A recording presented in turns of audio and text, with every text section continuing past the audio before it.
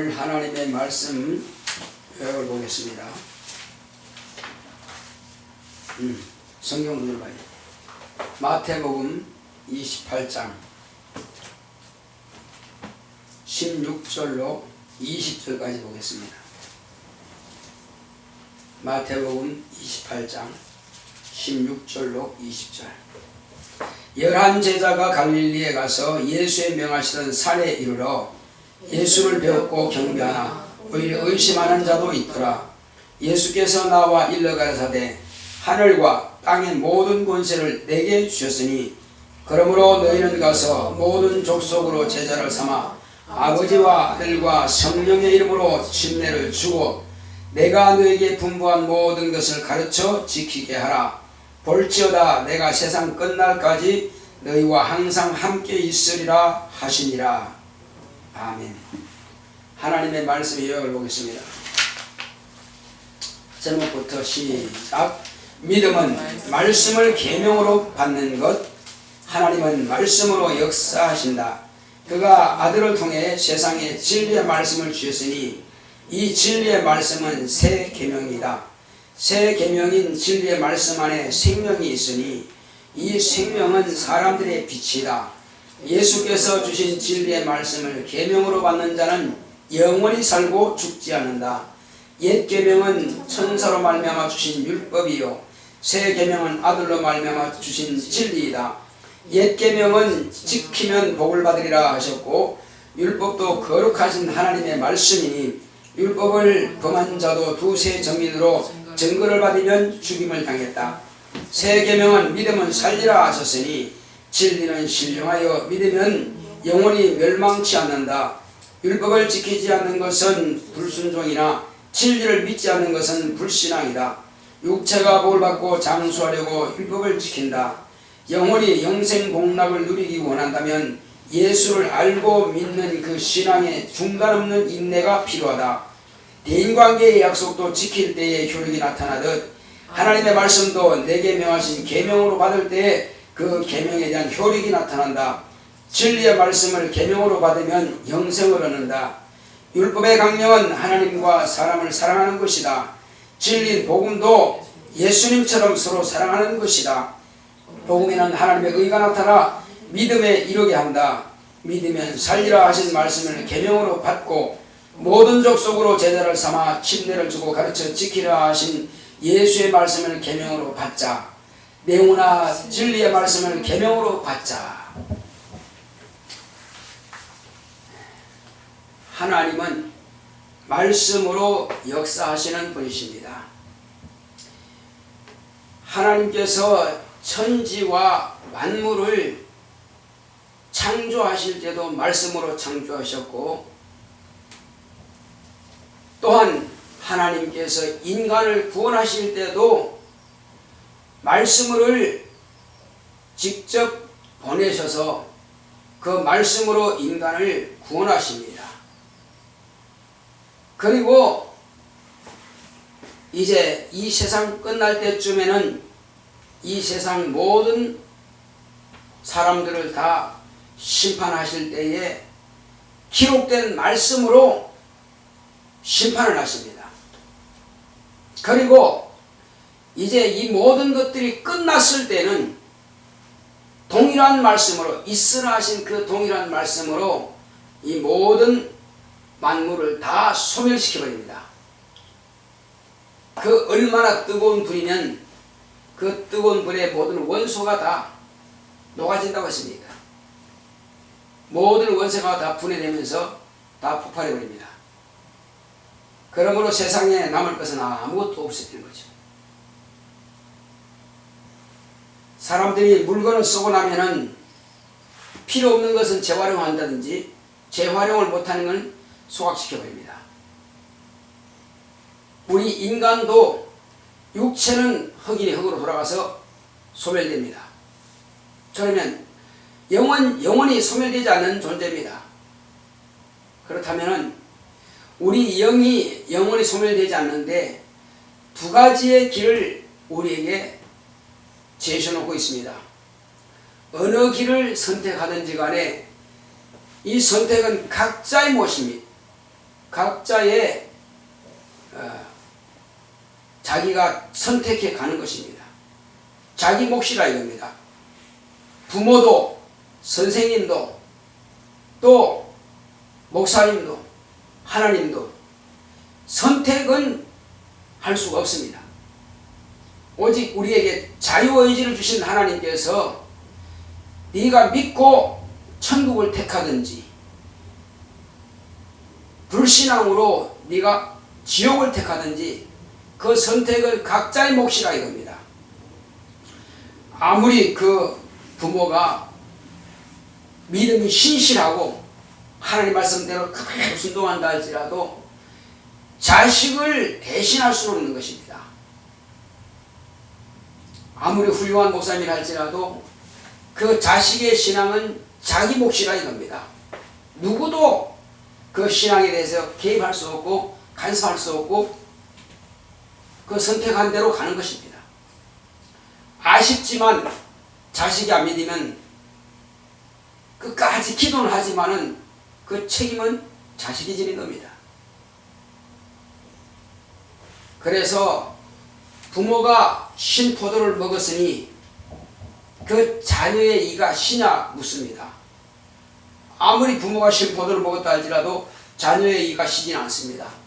자녀는 자녀가 자기가 신포도를 먹어야 이가 신 것입니다. 이제 하나님께서 우리에게 이 마지막 때에 징조를 많이 보여주고 있습니다. 나라끼리 전쟁하고 민족끼리 대적하고 일어나서 전쟁하고 이란과 미국, 북한, 그리고 남북한, 그 다음에 이제 중국과 미국, 여러 얽히고 설킨 이런 관계로 인하여서 아주 일촉즉발의 전쟁이 아슬아슬하게 지금 피해가고 있는 겁니다. 언제 어느 때 어떻게 이루어질지는 아무도 모릅니다. 하나님의 때에 그런 것은 세상의 3분의 1이 침을 받아서 사위고 불타서 없어지고요. 3분의 1이 죽고 그렇게 해서 계시록에 기록된 말씀대로 이루어가는 것입니다. 하나님께서 정하신 그 뜻은 반드시 이루어지는데 그리고 지금 또 지진과 기근이 창궐하게 될 것입니다. 지금 북한에 있는 저 백두산이 언제 폭발할지 점점 더 폭발할 시기는 다가오고 있다는 것입니다. 이제는 징조가 서서히 나타나고 있습니다. 저 폭발이라면은 아마 남한까지는 그 화산재로 뒤집어 쓸 겁니다. 큰 재앙이죠. 그런데 그 근처에서 핵실험을 계속 해댔으니 빨리 앞당겨지는 거죠. 그러면 북한 쪽은 어떻게 되겠습니까? 그냥 덮어 쓰는 거예요. 그냥 국민들이야 어떻게 되든 무식한 지도자가 있으면 무식한 것이 용감하다 하듯이 그것이 폭발하든 말든 상관없이 막을 길은 없습니다. 그러면 뭔가 대책을 세워야 되는데 오히려 빨리 폭발을 일으키도록 거기다 핵 실험을 땅 깊이 파가지고 해대니 답답한 일이죠. 그리고 이제 이와 같이 또 우한 폐렴 같은 바이러스가 창궐해서 온 세상을 또 뒤집어 엎습니다. 사스라든지 또 여러가지 그런 것들이 많이 지나갔죠. 계속 이제 점점 더 이 수가 빨라질 것이며 점점 더 많은 수가 드러나게 될 것입니다. 말세의 징조입니다. 이때 왜 이런 징조를 보여주냐 하는 겁니다. 이런 징조를 보여주신다고 하는 것은 주님이 오실 때가 가까워지고 있다는 것을 말씀해 주시고 있는 것입니다. 그러나 아직은 마지막이 아닙니다.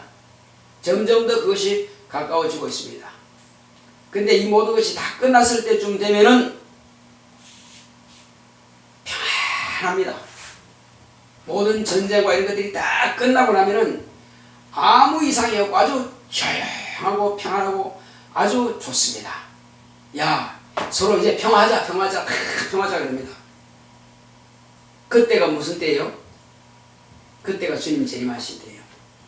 막 전쟁이 일어나고 기근이 이런 이때는 가까이 오고 있는 징조지만 그러나 그때는 아직 주님 오실 때가 아니에요.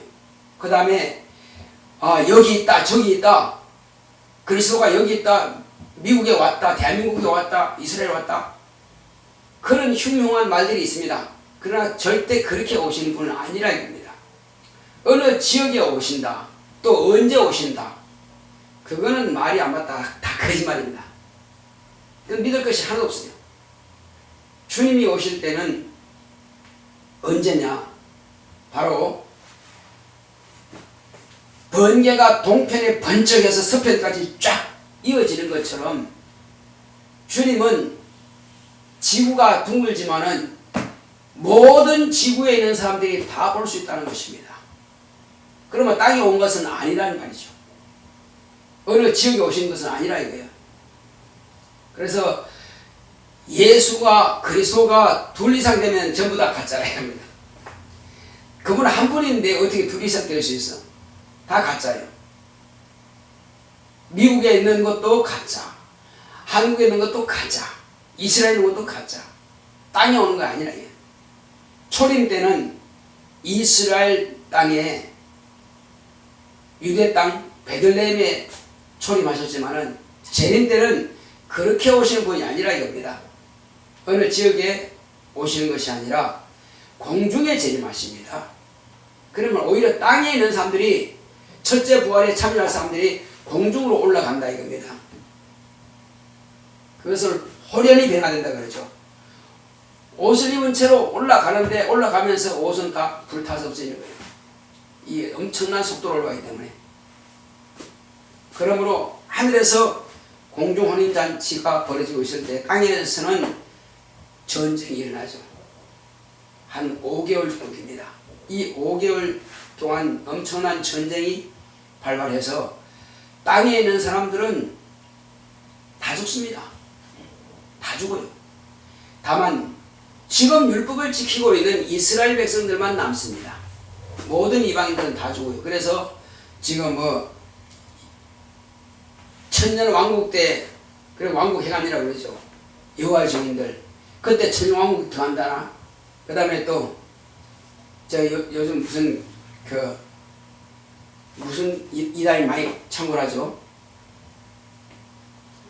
신천지 그 사람 12만 몇 명 그 사람도 들어간다나 이미 그 사람들 숫자 12만 넘었습니다. 12만 넘었으면 넘은 사람들 못 들어가네.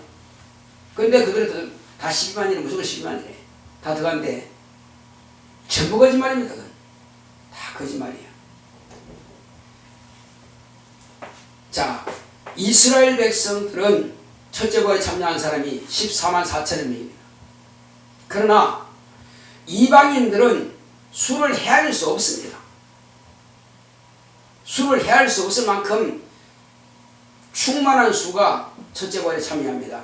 물론 육체가 살아있을 동안에 호련히 변화된 사람도 있겠지만은 지금 2000년 넘었습니다. 주님 오신 지 2000년 이후로 예수 믿고 목숨을 바쳐서 하나님의 예수의 진리의 말씀 계명을 지켰던 사람 첫째 부활에 참여한 사람들이 그렇게 많다 이겁니다. 그러니까 우리는 그 수를 헤아릴 수 없는 수입니다. 그렇다 할지라도 구원받는 수는 지극히 적다는 것입니다. 주님께서 부활하시고 하늘로 올라가신 이후로부터 믿는 사람 수가 지극히 적은 수요. 그래서 부활할 때는 엄청나게 많지만은 그러나 이 세상에 태어나고 죽는 사람 가운데서 지금 이 땅에 살아남아 있는 사람들 가운데서 지극히 적은 수가 첫째 부활에 참여합니다. 그러면 첫째 부활에 참여하지 못한 사람은 이제 심판이 있는 거죠. 그래서 첫째는 하나님 말씀으로 창조하셨고 둘째는 구원하시는데 무엇으로 구원한다고요? 하나님의 말씀으로. 그래서 말씀하니까 그냥 언어, 소리 이걸 말씀인 줄 알겠지만은 계명입니다. 예수님께서 하신 말씀, 입으로 하신 말씀도 계명이지만은 이제 예수님께서 또한 당신의 친히 몸으로 오셨어요.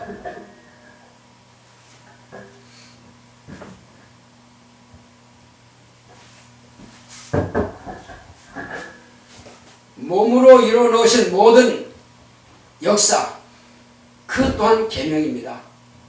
예수님께서 내가 이렇게 죽으리라, 이렇게 부활하리라, 내가 죽는 것과 부활하는 것, 이것을 믿지 아니하면 구원받지 못한다는 겁니다. 그러니까 진리라고 하는 것은요, 예수님께서 하신 말씀도 진리지만 예수님께서 행하신 그 역사도 다 진리입니다.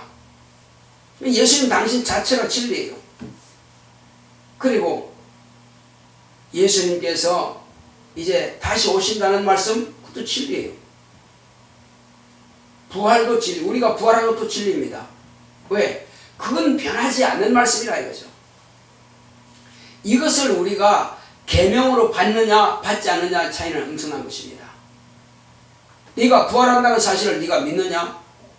믿는다면은 네가 목숨을 다하기까지 내가 한 말을 지켜야 될 게 아니냐. 우리가 부활한다는 사실을 믿지 않기 때문에 주님의 계명에 대해서 무시하고 사는다 이겁니다.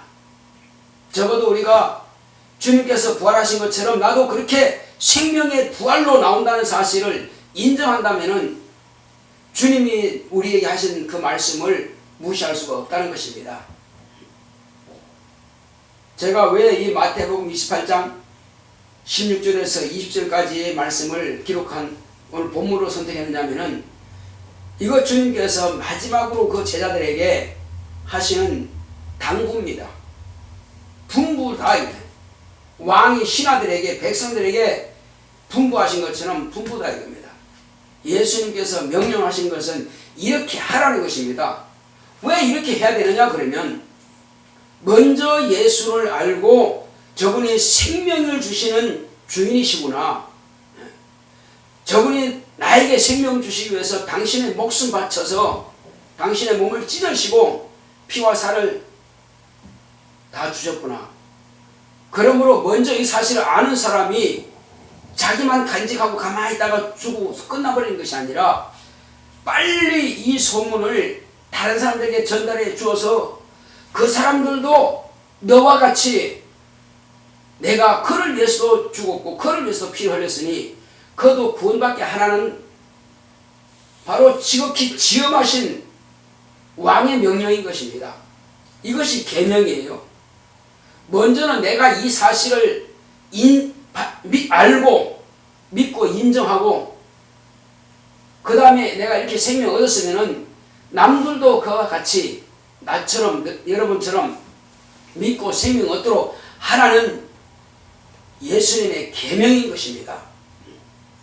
믿음은 살리라 하신 이 말씀이 계명이에요. 그렇다면 믿음은 살리라 하신 이 말씀이 계명인 것처럼 또 이것을 가르쳐 지키게 하라는 말씀도 계명이라 이거죠.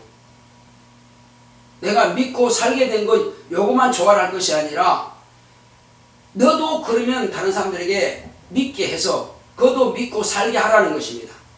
이것이 계명이에요. 자, 계명은 두 가지가 있습니다. 이스라엘 백성들에게 하나님께서 주신 계명이 있습니다. 그 계명은 율법입니다.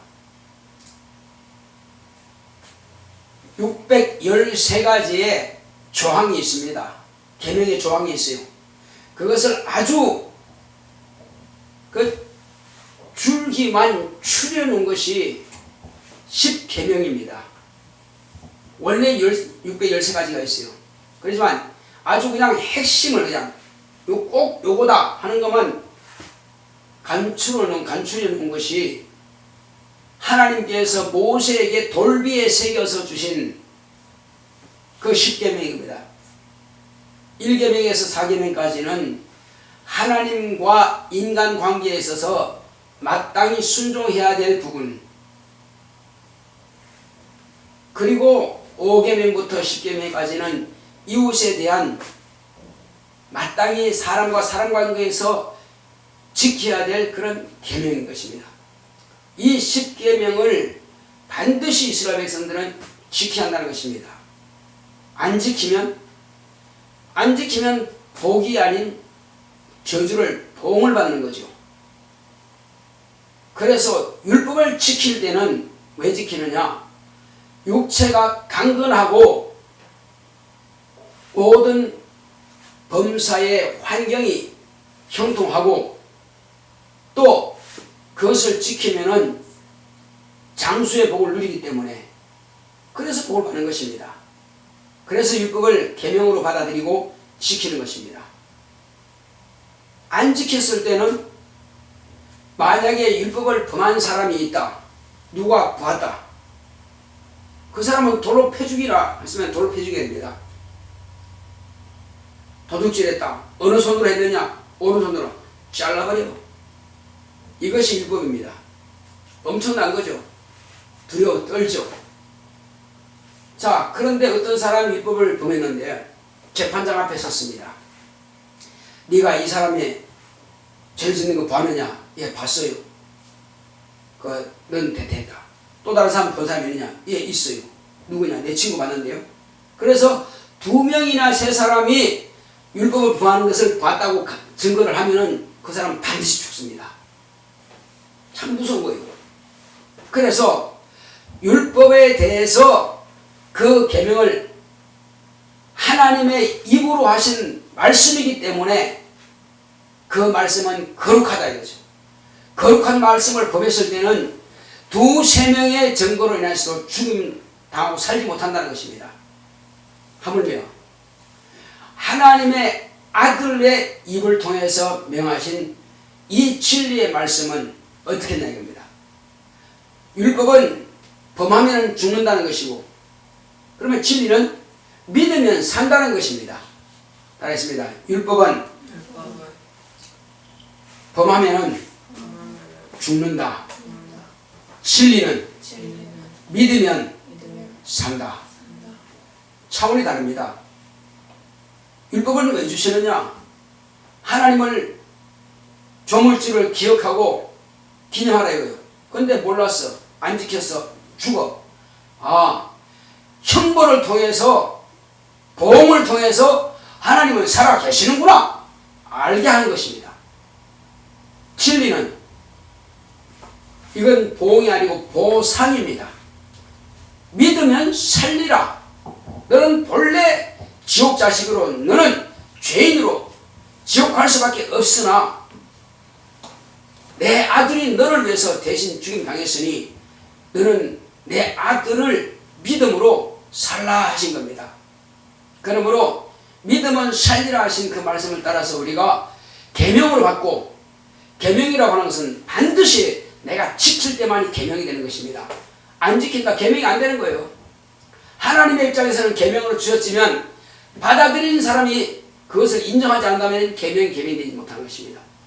계명이 되었을 때에 이스라엘 백성들은 복을 받고 계명이 됐을 때에 그들은 하나님의 말씀을 지켰기 때문에 순종했기 때문에 그들은 복을 받고 그 다음에 육체의 건강하며 육체의 생명을 보존하는 것입니다. 그리고 우리에게 주신 이 진리의 말씀, 하나님의 아들이 주신 이 진리의 말씀은 우리가 믿음으로 영원히 영생을 얻는 것입니다. 이 진리의 말씀을 우리가 그 계명을 따라서 믿음으로 하늘에 또 상을 받습니다. 믿고 순종함으로 상을 받습니다. 우리는 내게 주신 이 말씀이 내게 생명이다 하는 사실을 그대로 믿으면 영생을 얻습니다. 그 다음에 이렇게 하라고 하신 주의 명령 따라서 내가 순종하면 하늘에 상을 받습니다. 바로 내가 상을 받고 영생 얻을 것이냐 아니면 내 맘대로 내 법대로 내 뜻대로 살다가 영원히 멸망하고 천국은 보지 못할 그 길로 갈 것이냐 그것은 하나님께서 우리에게 그 계명을 명하신 것에 대해서 율법이 계명이면 진리는 더한 계명이죠. 율법은 2-3명의 그 정인에서도 살지 못했습니다. 죽었습니다. 그러나 이 진리는 하나님 아버지께서 인정해 주시고 아들이 인정해 주시고 성령께서 인정하시는, 하나님께서 온전히 보증하시는 말씀이라 이겁니다. 그러므로 이 진리의 말씀을 믿고 순종한 자는 믿음으로 영생 얻고 순종으로 하늘에서 보상을 받습니다. 바로 이것이 진리라고 하는 계명인 것입니다. 우리는 이 진리의 계명을 쫓아서 이 땅에 사는 날 동안에 하늘의 상을 준비하시는 저와 여러분들이 되시기를 예수 이름으로 축원합니다.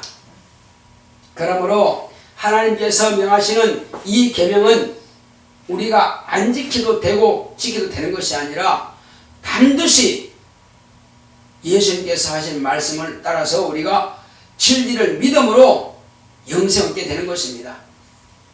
그리고 여기서 예수님께서 분부하신 이 계명을 반드시 우리는 순종해서 하늘의 큰 상과 멸류관을 받으시기를 예수 이름으로 축원합니다.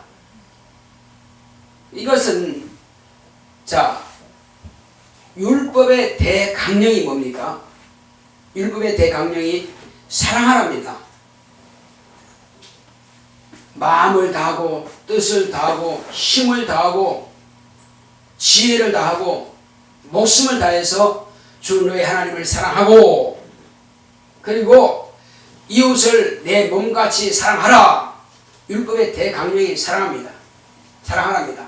그러면 진리의 대강령은 또 뭘까요? 진리는 내가 너희를 사랑한 것처럼 너희도 서로 사랑하라. 이것이 진리의 대강령입니다.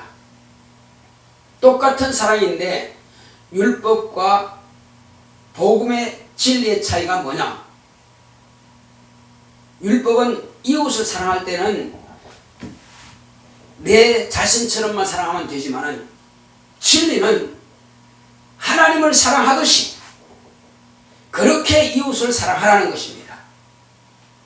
예수님께서 우리를 위해서 목숨을 내주셨느냐? 그러면 나도 이웃에 대해서 목숨을 다하기까지 이웃을 사랑하는 것이 진리의 대강령인 것입니다. 복음을 전한다고 하는 것은 예수님께서 목숨을 내어주신 그 계명에 순종하는 것이고 복음을 전하지 않는 것은 그 계명을 불순종하는 것입니다. 한마디로 말하면 우리는 율법에는 순종이야 불순종이지만 예수님이 하신 그 진리의 말씀은 불신앙인 것입니다. 혹이라도 율법을 어긴 사람은 진리 앞에서 예수님께서 죄를 사해 주실 수 있습니다. 그러나 불신앙의 죄는 사함받을 길이 없다 이겁니다. 우리가 진리의 말씀에 불순종하는 것은요, 뭐가 없어 하는 겁니까? 신앙이 없기 때문에 불순종하는 겁니다. 그 믿음이 없다는 거예요.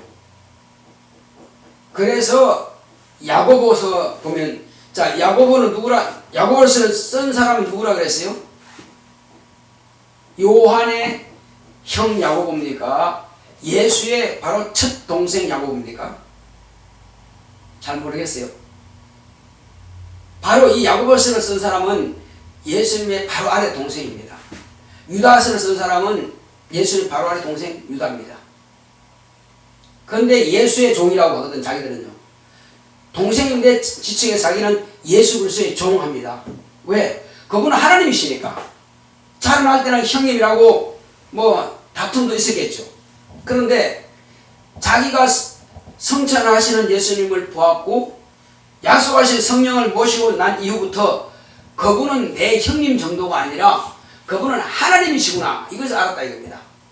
그래서 제가 왜 야고보를 강조하느냐면 이 야고보서에 보면은 믿음에 대해서 말씀하지만 뭘 강조하느냐면은 행함을 강조하고 있습니다. 믿음이 없이는 결코 행함도 없다 이겁니다. 그러니까 행하지 않는다. 그 믿음 자체가 없다고 하는 것입니다. 내가 믿음이 있노라 하고 행함이 없으면 그는 죽은 믿음이라고 하는 겁니다. 야고보서 한번 볼까요? 길지 않으니까 한번 봅시다. 히브리서 뒤에 야고보서 있죠. 1장 1절 한번 볼까요? 시작. 하나님과 주 예수 그리스도의 종 야고보는 흩어져 있는 12지파에게 문안하노라. 그러니까 예수 그리스도의 종이라고 자기를 지칭하고 있는 것입니다.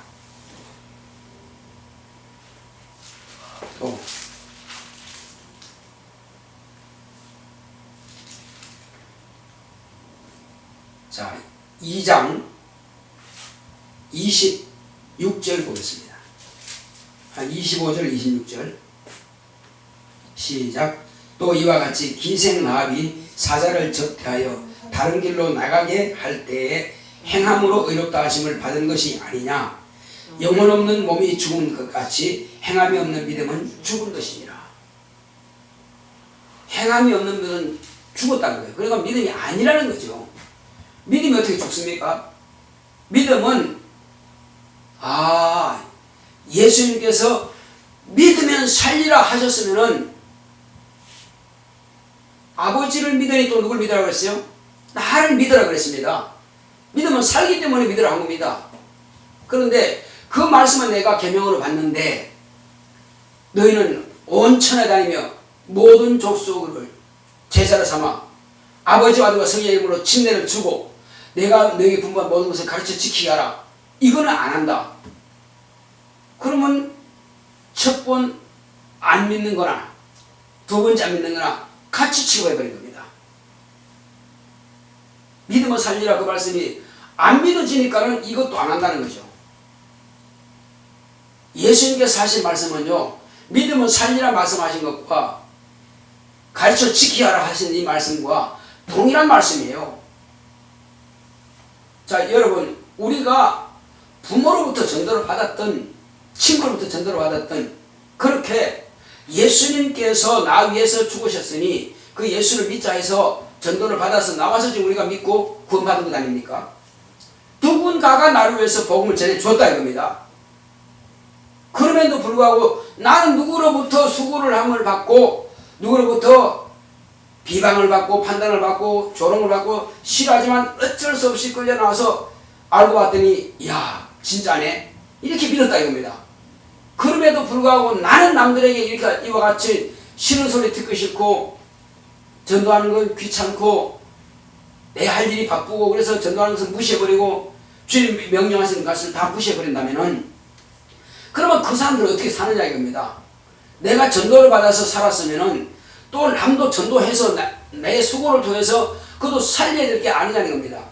내가 그렇게 하지 않다면은 누가 구원받을 수 있겠어요? 모든 사람이 다 나 하나쯤 전도 안 하면 남들이 하겠지. 그래서 모두가 다 안 할까 합시다. 그럼 전도가 돼요? 다 그런 생각 가지면 전도할 사람은 아무도 없습니다. 그러면 멸망하는 거예요. 근데 그 책임은 주님께서 우리에게 물으시겠다는 것입니다. 네가 아는 친구에게, 네가 아는 이웃에게, 네가 아는 가족에게 왜 전도하지 않았느냐? 그 핏값을 내가 너한테 청구하겠다는 것입니다. 그 두려운 이야기예요. 우리는 교회 와서 협박 전화, 협박 편지, 또 협박하는 말을 듣기 위해서 하는 것이 아니라 이것은 계명으로 받자는 것입니다. 예수님께서 하신 모든 말씀은 다 계명이라 이겁니다. 다 계명이에요. 그래서 쉽게 이야기하신 것은 그것은 재해석해야 될 부분이 있어요. 그러니까 예수님께서 피사로 하신 말씀은 재해석하게 되면은 예수님께서 우리 위해서 이루어 주시는 것들에 대해서 저 하늘에 대해서 말씀하시는 것이고, 그러나 직설적으로 하신 말씀은 그 말씀이 실상이고 그 말씀은 진리거든요. 근데 이 말씀도 진리라면은 우리는 반드시 그렇게 함으로써 영원히 먼저 영생을 얻고 또 하늘에서 멸류관을 받고 이 땅에서도 우리 주님께서 약속하신 복을 우리가 누리게 되는 것입니다. 모든 범사에 형통함이 있습니다. 예수님께서 우리에게 지혜와 명철을 주십니다. 그렇다면은 내가 주십시오 하고 기도를 하지만은 행하라 하신 말씀은 내가 안 한다면은 그게 이율배반적인 것이 되지 않느냐 이겁니다. 마땅히 주십시오 하고 기도하는 것처럼 내게 지혜가 필요합니다 기도한 것처럼 주님께서 내가 너에게 부탁하는 것도 네가 해야 될 거 아니냐, 그게 친구가 아니냐 이거죠. 예수님께서는 우리를 형제라 하기를 부끄러워하지 않고요, 예수님께서는 또 우리를 친구로 하십니다. 친구는 적어도 우정이 있는 거예요. 우정은 그냥 내가 우정이다 그게 아니라 약속이 있는 겁니다. 친구의 약속이 있어요. 약속은 반드시 지키는 것이 이것이 효력이 있는 것입니다. 마찬가지로 예수님께서 우리에게 부탁하신 것도 계명으로 받아서 내가 그렇게 할 때에 주님과 나와의 친구 관계가 이루어지는 거예요. 근데 나는 주십시오 하기는 하는데 네가 구하면 내가 시험하려 했으니까 하는데 주님께서는 막상 부탁하시면 안 한다. 그거는 친구가 아니죠. 친구한테 달라고 구워달라고만 하고 부탁만 하지 그 친구가 나한테 부탁할 때는 입 싹 닦아버리고 야 네가 내 친구냐? 이렇게 한다면 어떻게 친구가 되느냐 이겁니다. 적어도 예수님께서 우리의 친구가 되기 원한다면요 그 친구의 부탁도 들어주는 것이 정한 이치가 아니냐 이겁니다. 내가 원하는 것만 달라고 하고 친구가 원하는 것은 안 주고 말이에요. 이게 말이 안 되잖아요. 적어도 우리가요 예수님께서 분부하신 것 당부하신 것은 기쁨과 감사함으로 너는 내 친구니까 주님은 내 친구시니까 그래서 기쁨으로 한다면 믿음 있는 사람이에요. 믿음 있는 사람은 우한 바이러스든 뭐든 걱정할 필요 없습니다. 근데 불순종하고 불신앙하니까 두려운 겁니다. 내 친구 나사로가 죽었어. 아 나사로가 죽어도 내가 뭡니까? 나는 부활이요 생명이요. 상관없어. 빨리 오세요. 아 괜찮아. 빨리 오셔서 오빠가 죽어가니까 오빠 좀 죽지 않게 해주세요. 근데 며칠간 더 머물다가 왔어. 갔더니 벌써 장례 치르고 죽어지다 나흘이나 됐어. 그렇지만 예수님은 누굽니까? 하나님이세요. 그분 조물주세요. 그분은 나는 생명이고 나는 부활이야. 나를 믿는 자는 죽어도 살고 무릇 살아서 나를 믿는 자는 어떻게? 영원히 죽지 않는다. 그러므로 예수님께서 내 친구 나사로가 잠들었다. 잠들어서 깨우면 되겠나이다. 죽었다. 죽은 지 벌써 나흘이 됐다. 사흘이면 지금 다 장례 치릅니다. 왜? 코에서 입에서 다 물이 나오니까. 이제 이것이 흙으로 돌아가고 있는 상태입니다. 그렇지만 그때 주님께서는 무덤의 문을 열어라. 나사로야 나오너라. 영이 떠나던 영이 돌아와서 그 몸을 일으킵니다. 그리고 이것이 더 허물어지고 피가 썩어가는 것들 다 원상복귀 시켜버립니다.